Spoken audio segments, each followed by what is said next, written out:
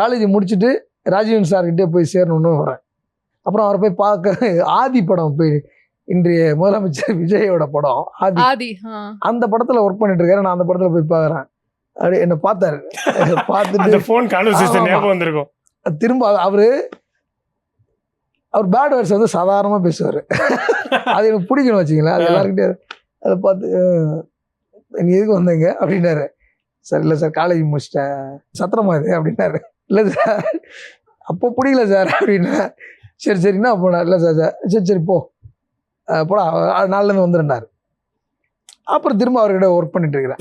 அந்த ரவுண்டு எப்படின்னா அந்த மாயன் கேரக்டர் இருந்தார்ல அவர் வந்தாருன்னா அண்ணா வணக்கண்ணா என்னடா வணக்கம். அவருலாம் வணக்கமே வைக்க மாட்டேன் முதல்ல.